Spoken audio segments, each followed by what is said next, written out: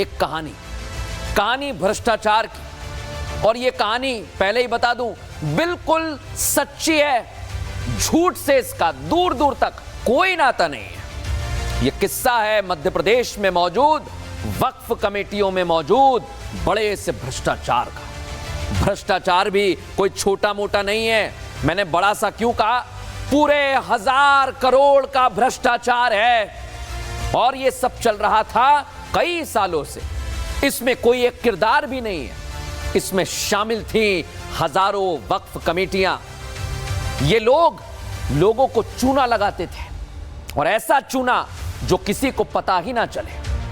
वक्फ संपत्तियों को ये पहले किराए पर देते, फिर उनसे 100-200 रुपए दिखावे का किराया लेते और टेबल के नीचे से पर्दे के पीछे से आती नोटों की बड़ी बड़ी गड्डियां। वो गड्डियां जिनको मशीनों से गिनेंगे तो समझ आएगा ये तो करोड़ों का घपला है, ये तो करोड़ों रुपयों का खेल था और ये खेल सालों से चल रहा था। और अब इस पर लगाम लगेगी, कौन लगाएगा ये आपको आगे बताऊंगा। लेकिन कहानी आगे बढ़ती है, नया वक्फ कानून आ जाता है जिसकी वजह से कई वक्फ के ठेकेदार सो नहीं पा रहे हैं, रात की नींद उड़ गई है। उसका कारण है ये हजारों करोड़ जो घपला हो रहा था अब नहीं हो पाएगा। और अभी कहानी खत्म नहीं हुई है, अब कहानी में एंट्री हो गई है मध्य प्रदेश वक्फ बोर्ड के चेयरमैन की, जिनका नाम है सनवर्र पटेल। और इन्होंने इसके लिए बाकायदा एक प्लान तैयार किया है दर्शक, वो मैं आपको आगे बताऊंगा। लेकिन उसके पहले थोड़ी देर के लिए सोचिए कहानी से आप क्या समझे। ये जो वक्फ वाले हैं ये करोड़ों डकार गए और आपको पता भी नहीं चला। पता चला कि नहीं चला होगा। अब जब खुलासा हुआ है तो एक के बाद एक बात सामने आई है। मैं आपसे एक ही बात कहना चाहूंगा, जब वक्फ कानून का विरोध होना तो आप उन्हें यह तस्वीर जरूर दिखा देना जिसमें करोड़ों की घपलेबाजी हुई और हमारे देश के साथ धोखा किया गया।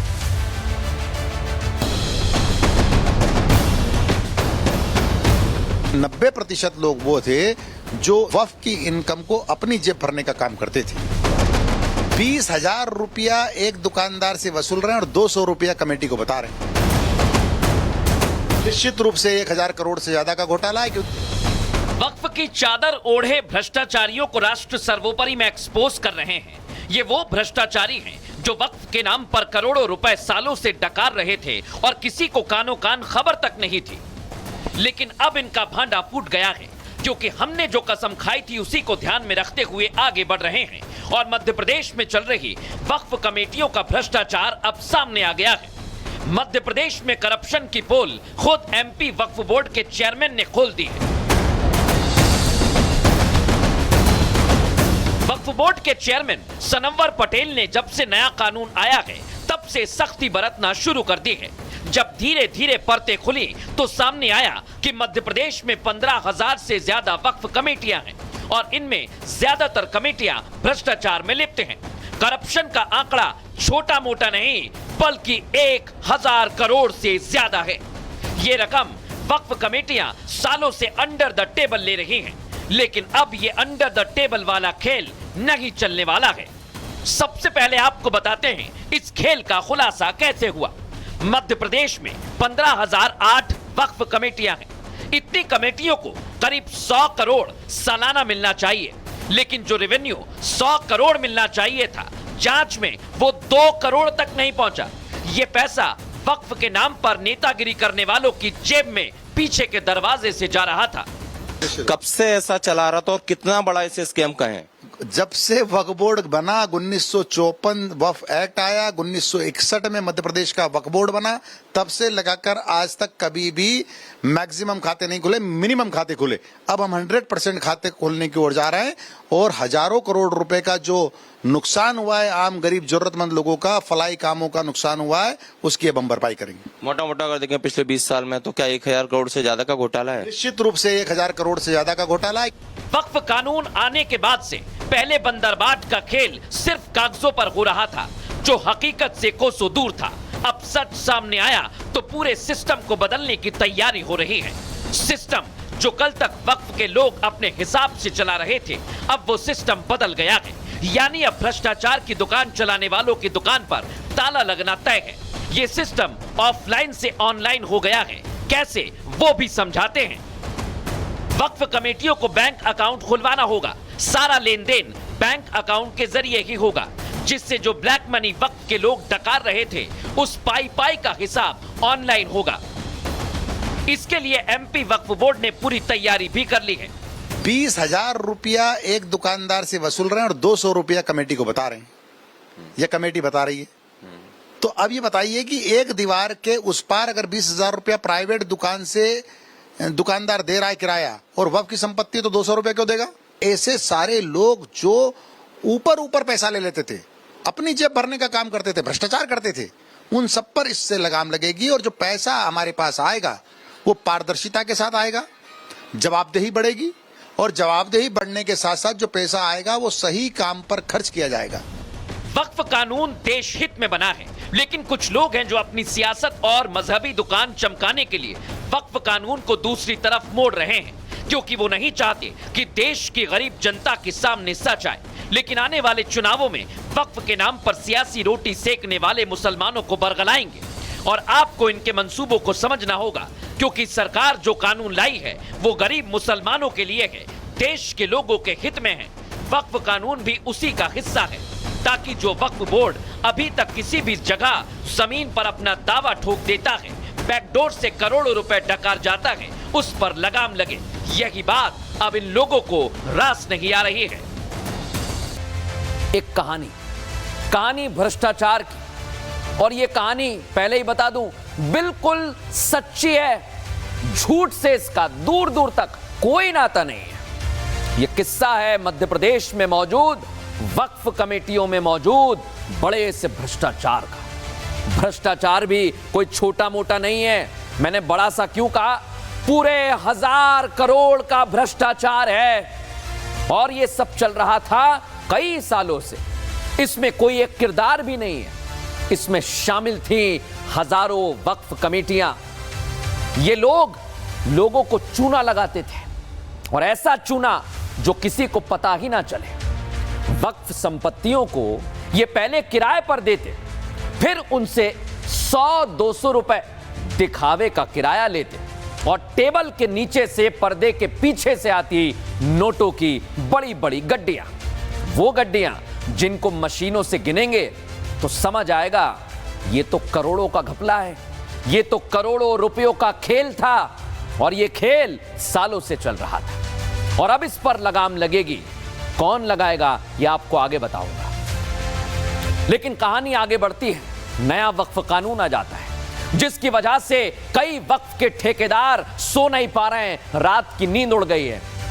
उसका कारण है ये हजारों करोड़ जो घपला हो रहा था अब नहीं हो पाएगा। और अभी कहानी खत्म नहीं हुई है। अब कहानी में एंट्री हो गई है मध्य प्रदेश वक्फ बोर्ड के चेयरमैन की, जिनका नाम है सनव्वर पटेल, और इन्होंने इसके लिए बाकायदा एक प्लान तैयार किया है दर्शकों, वो मैं आपको आगे बताऊंगा। लेकिन उसके पहले थोड़ी देर के लिए सोचिए कहानी से आप क्या समझे। ये जो वक्फ वाले हैं ये करोड़ों डकार गए और आपको पता भी नहीं चला। पता चला कि नहीं चला होगा। अब जब खुलासा हुआ है तो एक के बाद एक बात सामने आई है। मैं आपसे एक ही बात कहना चाहूंगा, जब वक्फ कानून का विरोध होना तो आप उन्हें यह तस्वीर जरूर दिखा देना जिसमें करोड़ों की घपलेबाजी हुई और हमारे देश के साथ धोखा किया गया।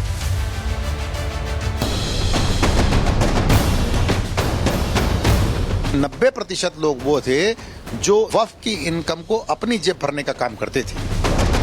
20,000 रुपया एक दुकानदार से वसूल रहे हैं और 200 रुपया कमेटी को बता रहे हैं। निश्चित रूप से 1000 करोड़ से ज्यादा का घोटाला है।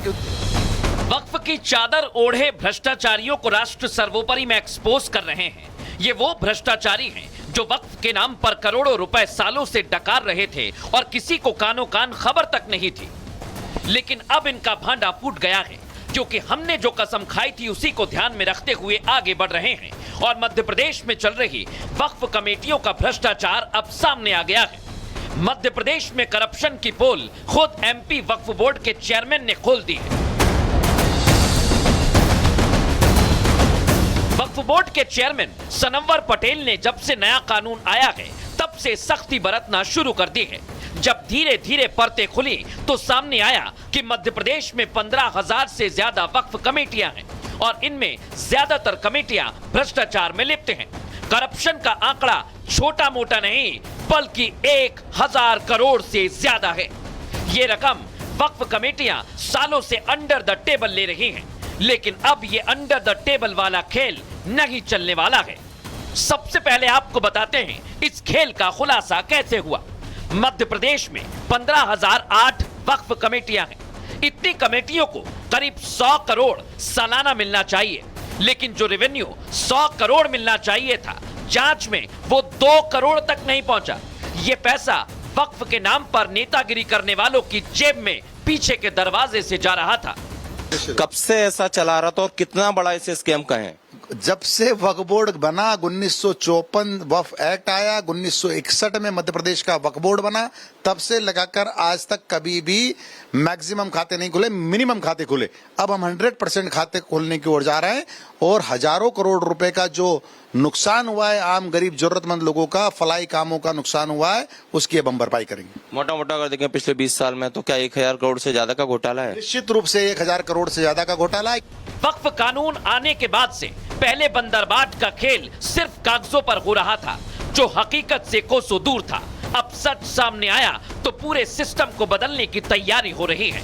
सिस्टम जो कल तक वक्फ के लोग अपने हिसाब से चला रहे थे, अब वो सिस्टम बदल गया है। यानी अब भ्रष्टाचार की दुकान चलाने वालों की दुकान पर ताला लगना तय है। ये सिस्टम ऑफलाइन से ऑनलाइन हो गया है। कैसे, वो भी समझाते हैं। वक्फ कमेटियों को बैंक अकाउंट खुलवाना होगा। सारा लेन देन बैंक अकाउंट के जरिए ही होगा, जिससे जो ब्लैक मनी वक्फ के लोग डकार रहे थे, उस पाई का हिसाब ऑनलाइन होगा। इसके लिए एमपी वक्फ बोर्ड ने पूरी तैयारी भी कर ली है। 20,000 रुपया एक दुकानदार से वसूल रहे हैं और 200 रुपया कमेटी को बता रहे हैं। यह कमेटी बता रही है। तो अब ये बताइए कि एक दीवार के उस पार अगर 20,000 रुपया प्राइवेट दुकान से दुकानदार दे रहा है किराया और वक्फ की संपत्ति तो 200 रुपया क्यों देगा?